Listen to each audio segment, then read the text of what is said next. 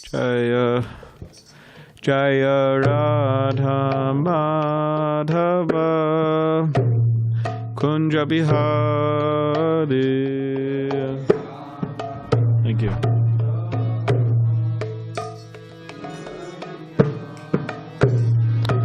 Jaya Radha Madhava Kunja Bihari.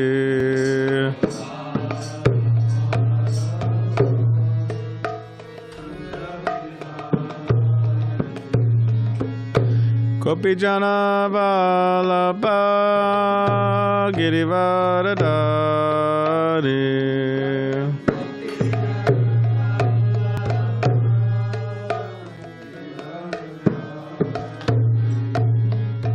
Gopijana Vallabha Girivaradari.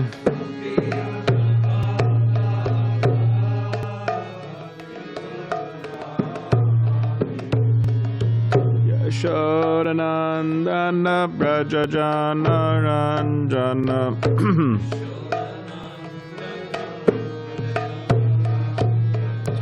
Yashodanandana Brajajana Ranjana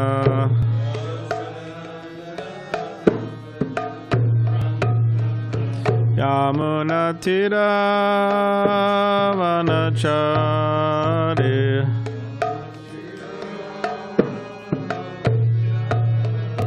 Yamunatira Vanachari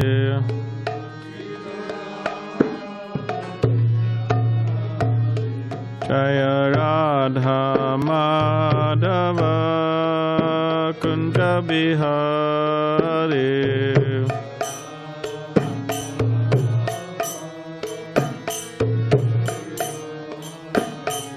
Jaya Radha Madhava Kunja Bihari.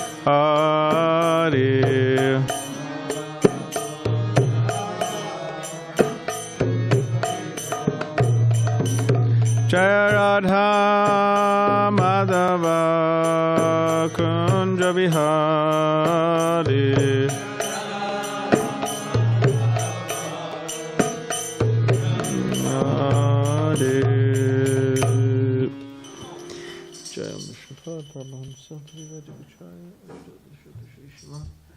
Divine Grace is Bhakti Vedanta Swami Srila Prabhupada Ki Jai. Jayam Vishnupad Paramahamsa Parivajagacharya Ashtadharshata Shishamaras Divine Grace Srila Bhakti Siddhanta Saraswati Thakur Prabhupada Ki Jai. Ananta Koti Vaishnava Vrinda Ki Jai. Namacharya Srila Haridas Thakur Ki Jai. Prem Sikaho Shri Krishna Chaitanya Prabhu Nityananda Shri Advaita Gadadhar Shivas Adi Gauda Bhakti Vrinda Ki Jai. Shri Shri Radha Krishna Gopa Gopana Shamakun Radha Kun Giri Govardhan Ki Jai. Vrindavan Dham Ki Jai. Navadvip Dham Ki Jai. Ganga Yamuna Mai Ki Jai.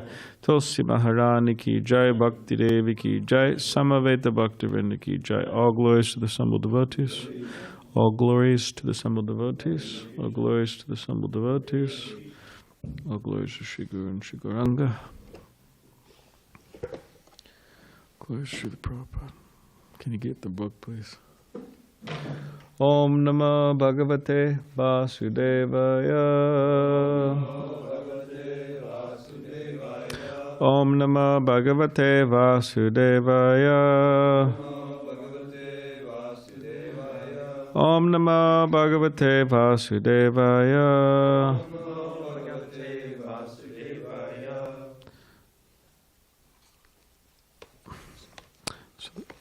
Srimad Bhagavatam, Canto 7, The Science of God, Chapter 26, Hiranyakashipu, King of the Demons, Text 25.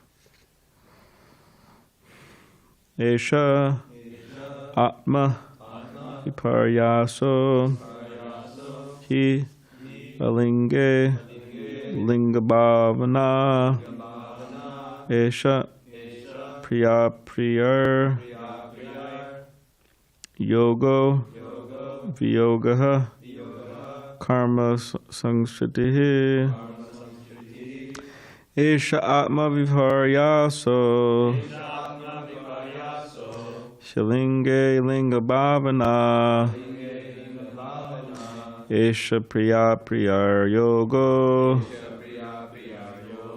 Viyoga karma sangshritihi. Esha atma viparyaso. Shilinge linga bhavana. Esha priya priyar yogo.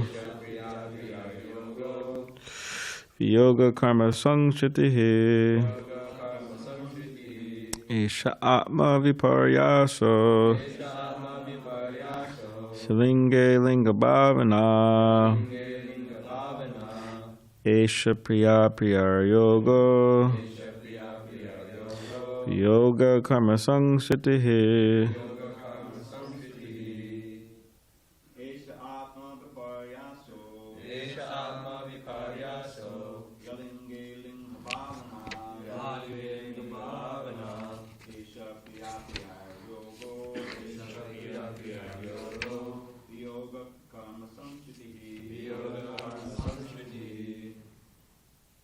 Esha atma viparyaso. Esha atma viparyaso.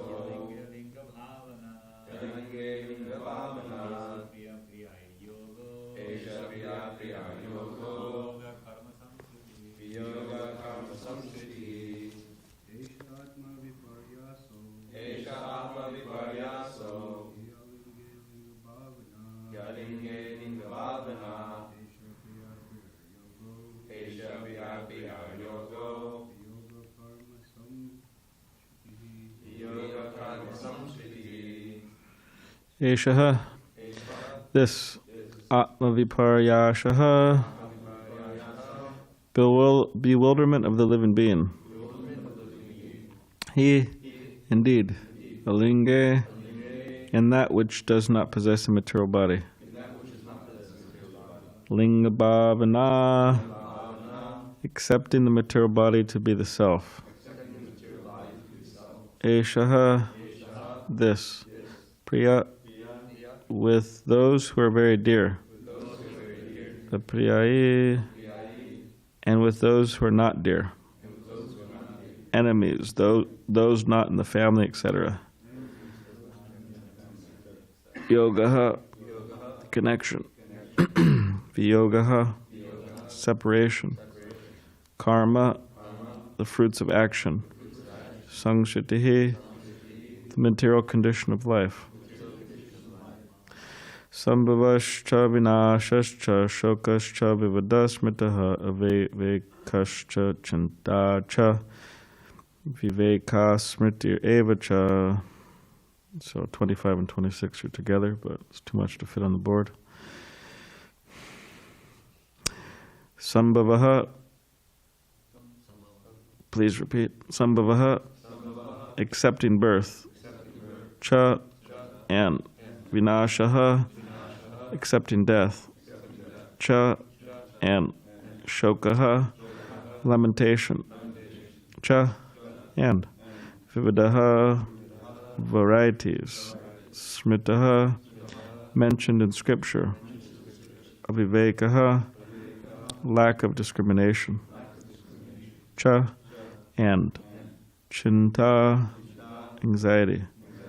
Cha, also. Viveka, of proper discrimination. Asmitihi, forgetfulness. Eva, indeed. Cha, also. A lot of chas. Translation and commentary by His Divine Grace, A.C. Bhaktivedanta Swami Prabhupada. In his bewildered state, the living being, the living entity, accepting the body and mind to be the self, considers some people to be his kinsmen and others to be outsiders. Because of this misconception, he suffers.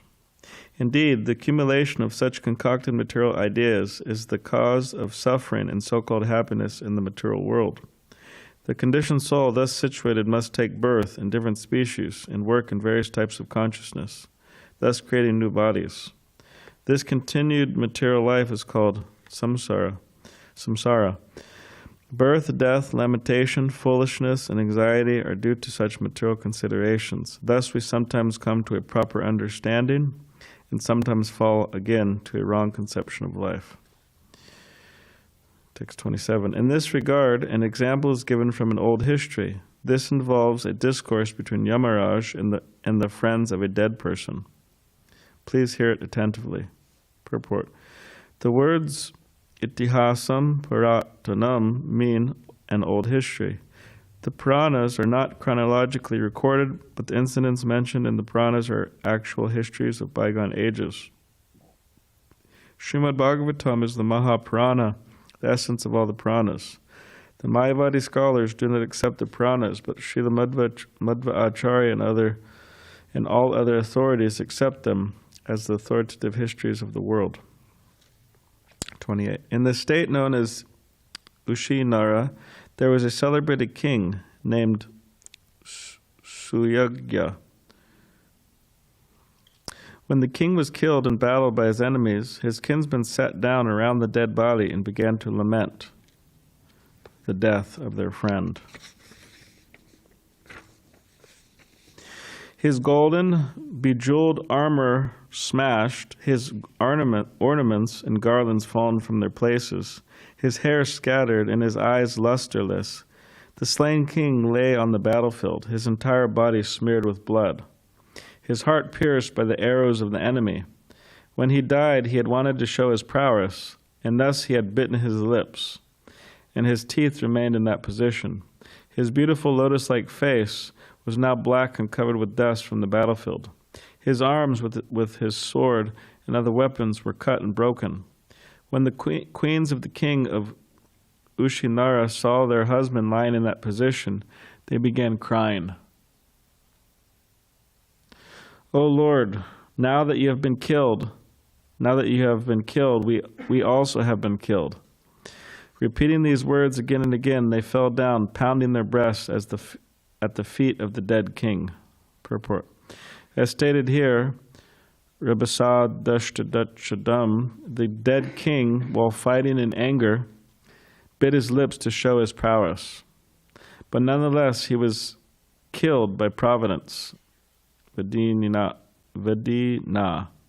This proves that we are controlled by higher authorities. Our personal power or endeavor is not always supreme. We must therefore accept the position offered to us by the order of the Supreme. All right, so we'll read a few more. As the queens loudly cried, their tears glided down their breasts, becoming reddened by kumkum powder, and fell upon the lotus feet of their husband. Their hair became disarrayed, their ornaments fell, and in a way that evoked sympathy from the hearts of others, the queens began lamenting their husband's death. O Lord, you have now been removed by cruel providence to a state beyond our sight. It's poetic, right? You have now been removed by cruel providence to a state beyond our sight. You had previously sustained the livelihood of the inhabitants of Ushinara, and thus they were happy. But your condition now is the cause of their unhappiness. O king, O hero, you are very great. You were a very grateful husband and the most sincere friend of us, friend of all of us. How shall we exist without you, O hero? Wherever you are going, please direct us so that we may follow in your footsteps and engage again in your service. Let us go along with you. So the queens are lamenting heavily, looking at the body of their dead husband. Purport. Formerly a Kshatriya king was generally the husband of many wives, and after the death of the king, especially in the battlefield, all the queens would agree to accept Saha Marana, dying with the husband who was their life. When Pandu Maharaj, the father of the Pandavas, died, his two wives, namely the mother of Yudhishthira, Bhima and Arjuna, and the mother of Nakula and Sahadev, were both ready to die in the fire with their husband. Later, after a compromise was arranged, Kunti stayed alive to care for the little children, and the other wife, Madri, was allowed to die with her husband. This system of Sahamarana continued in India even until the time of British rule. but later it was discouraged, since the attitude of wives gradually changed with the advancement of Kali Yuga. Thus, the system of Saha Marana has practically been abolished. Nevertheless, within the past 50 years, I have seen the wife of a medical practitioner voluntarily accept death immediately when her husband died. Prabhupada saw. Both the husband and wife were taken in procession in the mourning cart. Such intense love of a chaste wife for her husband is a special case. Okay, one more. 35. The time was appropriate for the body to be burned, but the queens, not allowing it to be taken away, continued lamenting for the dead body, which they kept on their laps. In the meantime, the sun completed its movements for setting in the west. Purport. According to the Vedic system, if a person dies during the daytime, it is customary for his funeral ceremony to be performed before the sun sets, regardless of whether he is burned or buried. And if he dies at night, the funeral must be completed before the next sunrise. Apparently, the queens continued lamenting for the dead body, the lump of matter, and would not allow it to be taken away for burning. This illustrates the strong grip of illusion among foolish persons who consider the body the self. Women are generally considered less intelligent. Because of ignorance only, the queens thought of the dead body as their husband, and somehow or other thought that if the body were kept, their husband would remain with them. Such a conception of the self is certainly for Gokara, cows and asses, or donkeys. We have actually seen that sometimes when a cow's calf has died, the milkman cheats the cow by presenting before her the dead body of her calf. Thus the cow, who would not otherwise allow milking, licks the dead body of the calf and allows herself to be milked. This substantiates the description of the Shastra that a foolish man in the bodily conception of life is like a cow. Not only do foolish men and women consider the body the self, but we have even seen that the dead body of a so-called yogi was kept for days by his disciples, who thought that their guru was in samādhi.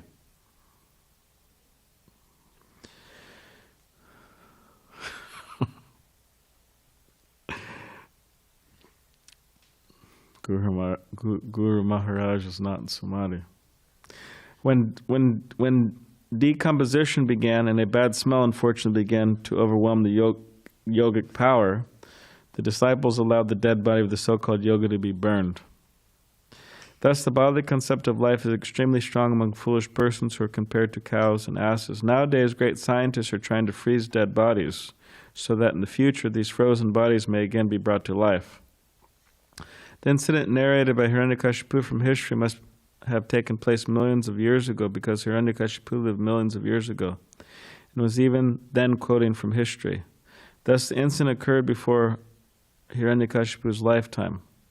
But the same ignorance in the bodily concept of life is still prevalent, not only among laymen, but even among scientists who think they will be able to revive frozen corpses. Apparently, the queens did not want to deliver the dead body for burning because they were afraid of dying with the dead body of their husband.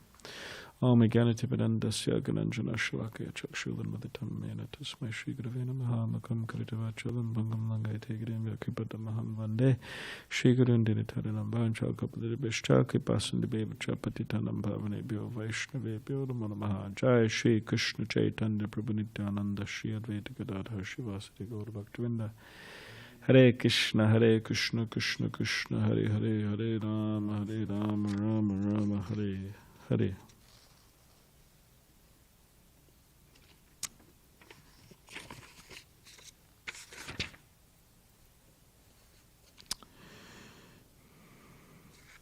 Yeah, I remember one devotee, he was telling me how he went to his father's funeral.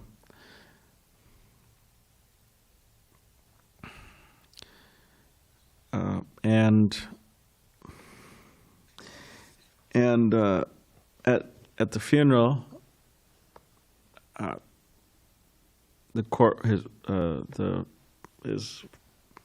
the body of his father was lying there, right, dead body, in the casket, and and his sister was there. So it means this devotee's aunt was there, or aunt. And then the sister was crying and lamenting, and she was saying, touching the body of her brother and saying, "Oh, my dear brother." And then this devotee told his aunt that, "Oh, he's not there anymore. He left." And how much she could understand, I don't know, but she was crying like this. "Oh, my dear brother, my dear," but he left. He's gone. The body's here, but he's gone.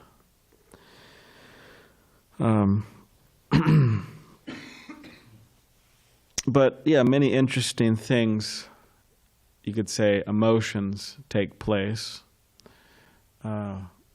when a loved one, their death comes. It's quite an interesting phenomenon that happens within people's minds. People are shocked. It seems sudden. Even in old age, it's interesting. Because you think, "Oh, wow, they left." It's like, well, what do you expect? I mean, the body's old. I mean, that's what happens. Now, of course, if somebody's younger, then there's some maybe more reasonable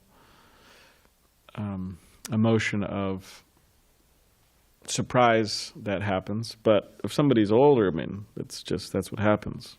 The body gets old and then it stops working. But even in old age, people are surprised when somebody passes away. And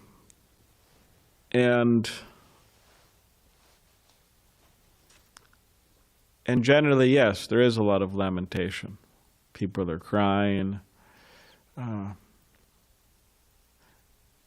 some of it is, you could say, in the bodily concept of life. Okay, they think this person's their body, and they think, okay, well, now the relationship's over, now this person's dead, and that's it. His life is finished. There's no idea of the next life, right? But there's also feelings of lamentation because you do not get to associate with that person like you used to. Just like, let's say you have a good friend, and the friend, you're living in the same city with a good friend, and then you stay in the same city, another person leaves to another city. So you don't really get to associate with them like you have been associated with them. It means personally, talking with them one-on-one, walking with them, taking prasadam with them, dancing in kirtan with them. It's a little different when they're not in the same physical location. Of course, you could call them and all that. But then when somebody actually leaves, the soul leaves the body, then it's really, there's no chance in this life meeting again to associate in a personal way or to call or anything like that. So sometimes people lament that aspect of losing somebody's association, which also Vaishnavas do, right? What's that song? Yea Nilo Prema Dana. This devotee, Narottam Das Thakur, right? Huh? Narottam Das Thakur. He wrote it. Yeah. So he writes this song, and he's listing so many associates of Lord Chaitanya. Rupa, Sanatan, Raghunath, right? He lists Lord Chaitanya himself, and he's saying that somehow or other I have just because Narottam Das Thakur appeared before a lot of these, or after a lot of these personalities. So he's lamenting that where have they gone? I've just missed them. Just like if you wanted to see somebody at the temple, right? And they only come to the temple once a year. So then you get there, you oversleep, right? You get there late, and then the person's on the plane to the next city, and you lament. Oh, I wanted to see this person, and now I missed him. But in a more intense way, obviously, it's a crude example, but in a more intense way, Narottam Das Thakur, he wanted the association of these great personalities, and he just missed them. They'd left before he could actually associate with them. And when somebody loses someone, here there's all this, Hiranyakashipu's given a whole explanation. He's starting to explain his story that he heard of these two queens and how they're lamenting the death of their husband. And when death takes place of a loved one, people, they resort to different things, shelters. Just like, for example, in a storm, you have the shelter of your umbrella, right? It's raining, so you have the shelter of your umbrella. Or it's raining, you have the shelter of your car or your house. It's a shelter. So when death happens to a loved one, then people take shelter of different things. Some people take shelter of sleep. Some people take shelter of intoxication. That's a very common one, actually, intoxication. Right after the funeral happens, people, they go and party. What does it mean to party? It means they break out the shiny bottles and try to forget, all about what just happened and just take shelter, right? So they take shelter of different things. And that's a great lesson that everybody needs to learn in this material world, how to take shelter of Krishna. We know theoretically how to do it, or at least we know what that means to some degree, what it means to take shelter of Krishna. But all souls need to learn how to take shelter of Krishna. Because we're so used to taking shelter of the other things, non-Krishna. We're so used to take shelter of so many other things. There's so many things to take shelter of. I mean, the list is practically unlimited. People take shelter of golf.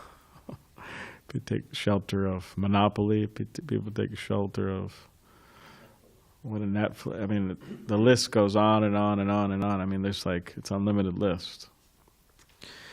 But the soul, when undergoing difficulty, when undergoing challenges, the soul needs to learn the great art of taking shelter of Krishna. Taking shelter of the processes of Krishna consciousness. Which here, these particular queens are not doing. They're just crying and lamenting, my husband, now he's dead, now he's dead. There's no God consciousness going on there. So therefore this particular story is a story of a story of two people who are in ignorance. They're thinking that their husband is the body, not the soul. So there's no spiritual dimension going on. So they're considered to be in ignorance. So this ignorance, it's a disturbing factor when one is living,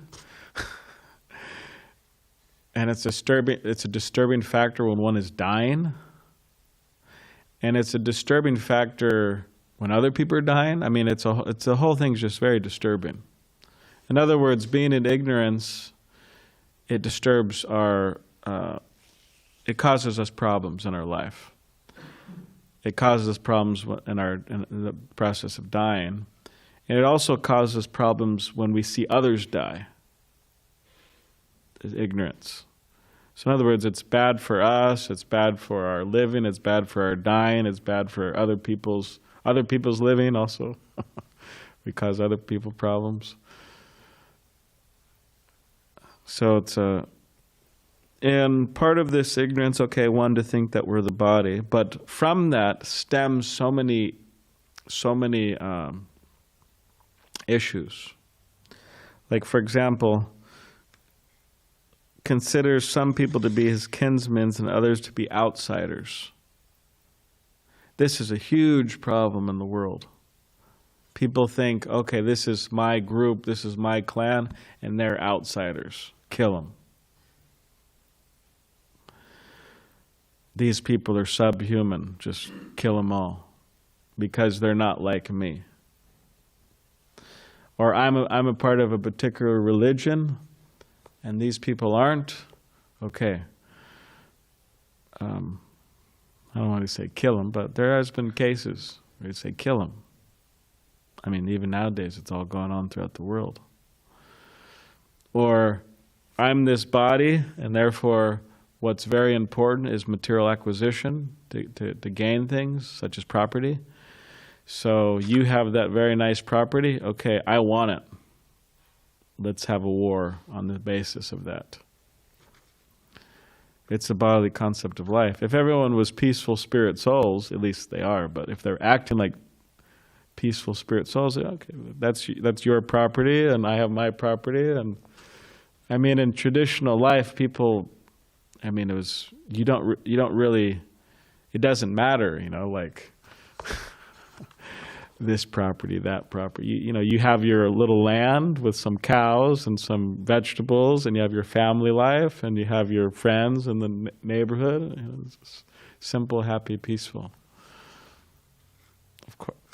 Of course, these kings and so on, throughout history, they've seemed to be, in recent history at least, seem to be quite in the bodily concept of life, fighting over things. So it's a very old problem.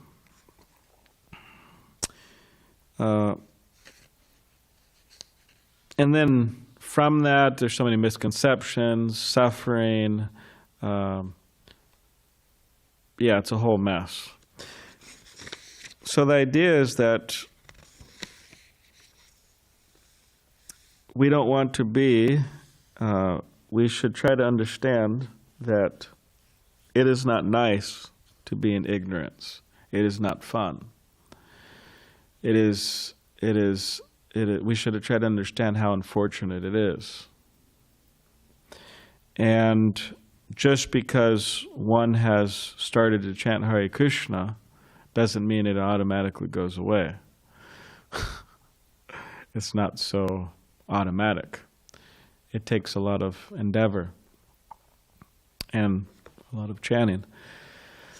Now that shouldn't be discouraging. I hope it's not discouraging. It should be encouraging that if we do, the ignorance will be removed gradually.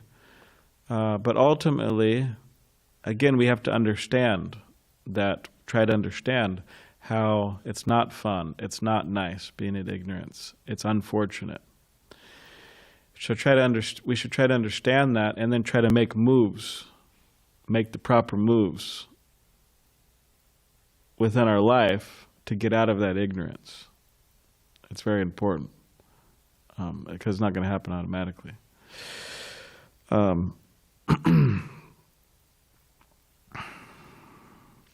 So there's a few other things that here, for example, it says, there's some mention, Srila Prabhupada mentions about how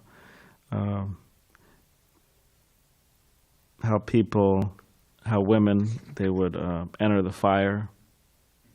That's really intense. Talk about intense. Like I remember probably many of you who grew up in America here going to the public school system, that terrible thing, right? There was one in the history books, right? There's a number of Buddhists who did different demonstrations, right, throughout the world, Vietnam and so on, in which they would sit down, right, like meditating, like very straight, and then they would pour gasoline all over their body and then ignite their body and remain sitting like that. I don't remember much from school, but I remember that picture. It's in my mind, in the history book. It's like, wow, that's really intense. And out of all the ways to leave this world, that's one of the most painful ways to die in fire. But these women, they would enter because their husband's body would be burning and they would enter it. I mean, that's like, that's talk about affection, right? It's not that their husband died and his body's burning there, and then they start to calculate in their mind, all right, I was waiting for him to die so I could get the money, or she starts looking at other people in the crowd or something, scoping out a new prospect or something. Not at all.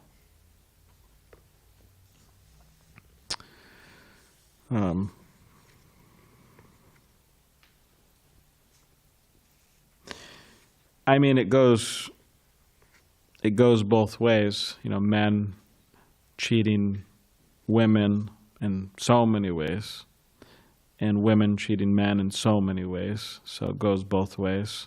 We could come up with hundreds of examples of men cheating women, women cheating men. But anyways, one devotee told me some time ago. Anyways, it's just some kind of maybe amusing, but also telling the cheating nature of the world. But there was a woman, and she married a man, and he was quite elderly. He was quite old.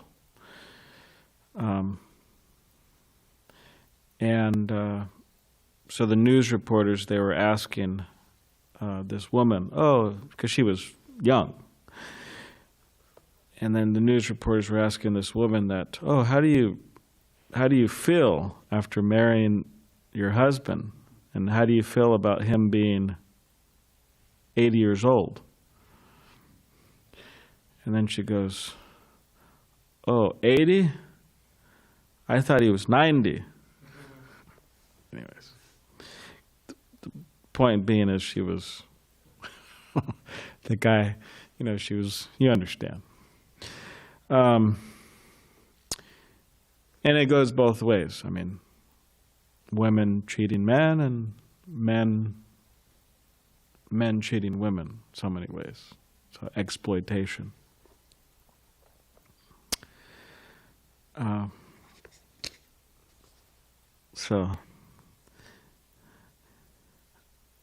But here, this is, amazing. Entering the fire, that's absolutely amazing. That's impressive. Right. Yes? Haven't they done that fairly recently in India? Well, Prabhupada makes the point here that it was outlawed. Means it's against the law now to do it. Yeah, Prabhupada mentions in the purport here that 50 years ago Prabhupada saw it. He said there's a medical practitioner voluntarily accept death. Prabhupada saw it. That's what it looks like here. So he knows of her. So much affection there. But anyways, in many ways it's outlawed, and by this class, I'm not encouraging any wives out there to try to attempt this. But it is interesting the level of affection they had. It's hard to imagine, actually. So the idea that, if somebody really has affection for someone, they're practically willing to do anything. And you could say this is also just a pale reflection of one's relationship with Krishna, how much attachment is there. So, and then Prabhupada gets into the details that, okay, if you die in the night, then okay, the body needs to be burned or buried at certain times, or if it's in the daytime, then before the sunrise or before the sun sets, and so on. There's all these details of, you could say funeral ceremonial details. But the basic idea behind this particular story and behind all of this is that there's a great stress on, there's a great emphasis Srila Prabhupada's giving, or there's a great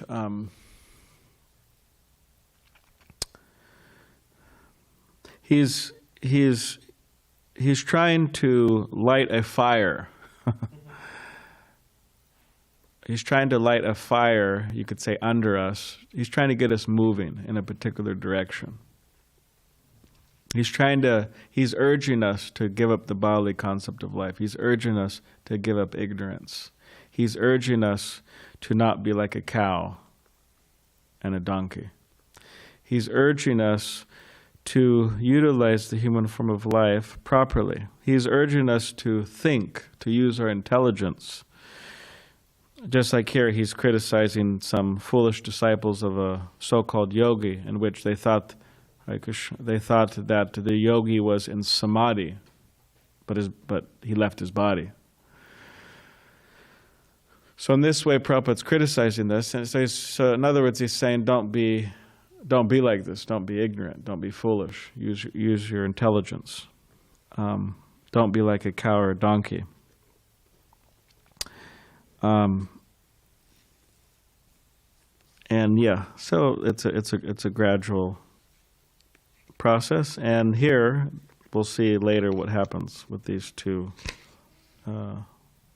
women in this particular story.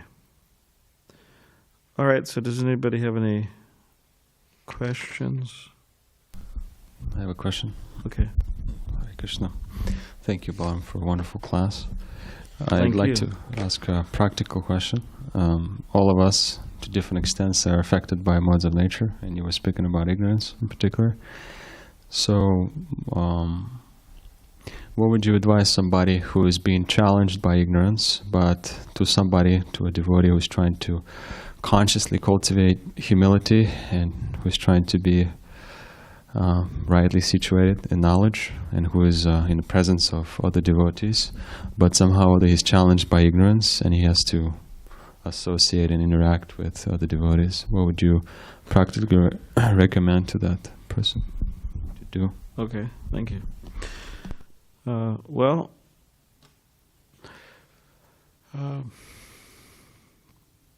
They have a famous American saying. You know what I'm going to say? Anyone have any idea? No. All right, I'll give you a hint. It deals with. It's like a farmer's. I guess you could say it's probably from the farmer's world perspective. It's a famous saying. Any ideas? Okay, I'll give you more hint. It has to do with horses. Okay, there you go. You got to say it in a southern accent. You can lead a horse to water, but you can't make him drink. Yeah, so you could lead somebody to the process of devotional service. They could be right there, right in the midst of everything. But you can't force that person to accept it. They have to want to accept it. So it's interesting because one may be like, I remember one devotee was telling me he was in the midst of a kirtan here. And then he was enjoying the kirtan, and all of a sudden something went through his mind. And he said, oh, how can all of this be true? And then something else went through his mind and said, like all this, oh yeah, they're just stone, the deities just, there's no, in other words, there's no Krishna. So in other words, he had all these kind of like doubting atheistic ideas, which we may struggle with sometimes. Does Krishna exist? Is this what I should be doing with my life? And on and on. So, yeah, we could bring somebody along, but we can't force them to accept. They have to want it, or else they're not going to change. Simple as that. Now, how does the soul want it? How does the soul come to the point of wanting it, wanting Krishna, or wanting to make spiritual progress? That's a journey. That's a long journey. Some people, by the association of devotees, devotee association is very powerful. Devotee association could transform anyone. But even then, it's not automatic, and ultimately the soul has to want that. Now, if they can't understand practically through good instructions, then the next step is danda. You know danda? Danda means bamboo stick. Bamboo stick, it's like, bamboo, try to break bamboo. You can't break it. It's tough. Just like we were mentioning some time ago during lockdown, and the Indian government was wanting everybody to be at home, stay at home. Good luck, right? And all of these people so many people were breaking the law at the time. They didn't want to stay home in India. So you see these police officers out there, and they'd have bamboo sticks, They'd be like this. And the backside, with the people, move on, move along. Actually, anyways, there was something about it. You could look at the videos if you like. There was something about it that was fun. So,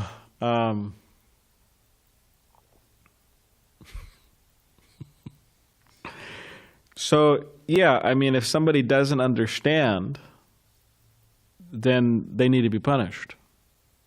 Simple as that. And they'll be punished by material nature.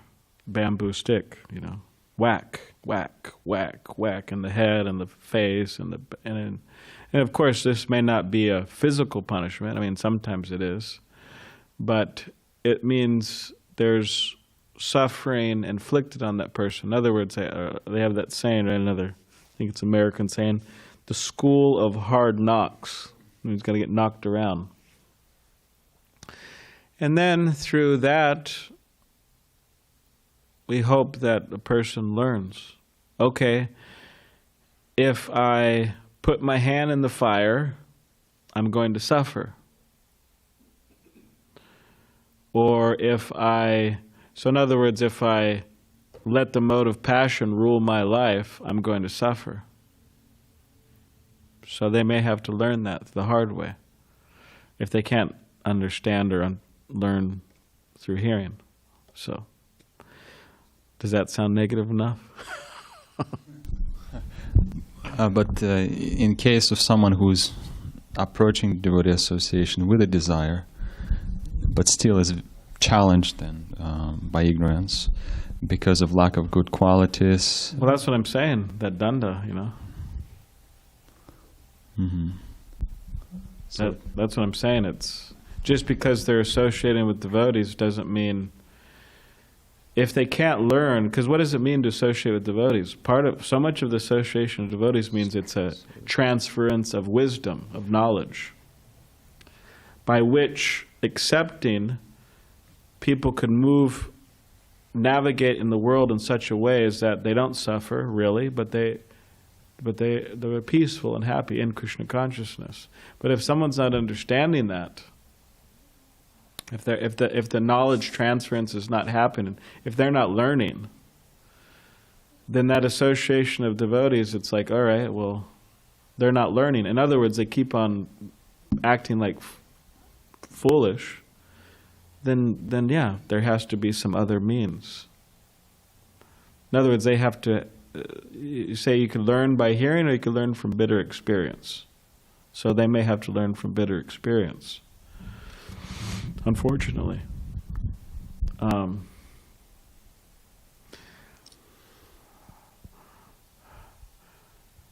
if a person's challenged by ignorance, of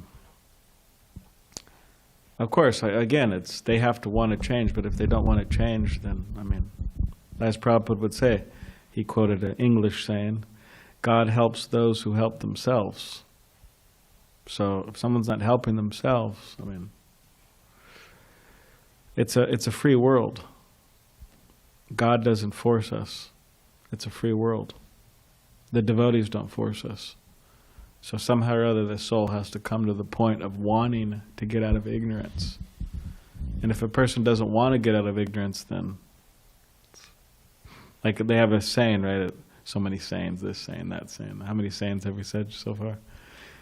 But it's easy to wake somebody up who is sleeping, right? That's pretty easy. You just, hey, wake up, and you know, oh, okay.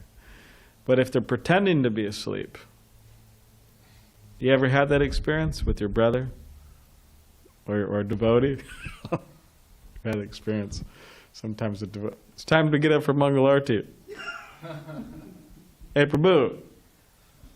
They're pretending to be asleep. I mean, they hear you. So it's difficult. In other words, they don't want to wake up. They want to act like they're sleeping. So sometimes unfortunately it's like that. It's like a person doesn't want to, wake up. They kind of, they're comfortable. They want to. Now again, I don't mean to make this too black and white, because there's so much, like, in a daytime, maybe in a 24-hour period, maybe, there's a lot going on. It's very complex. And then sometimes in our lives, it may, like, in other words, in a 24-hour period, sometimes we may want Krishna, right? But then other times we want, maybe want to be asleep in ignorance. So it's kind of like this schizophrenic, I want Krishna, I don't want Krishna, right? Going on. And then also, in terms of a devotee's making progress, sometimes it seems at times they're making rapid progress. And then there seems to be a, what do they call that? Hiatus. Pause. Yeah, a pause. There seems to be a hiatus, a pause, or there seems to be kind of like backtracking going on. So there's a lot going on. It's not black and white. Very complex, so very difficult. Does anybody have any other last? Okay. Grantaraj Srimad Bhagavatam ki jai. Where did those people go? They went for their car and then I guess they left. They went in the lobby. They went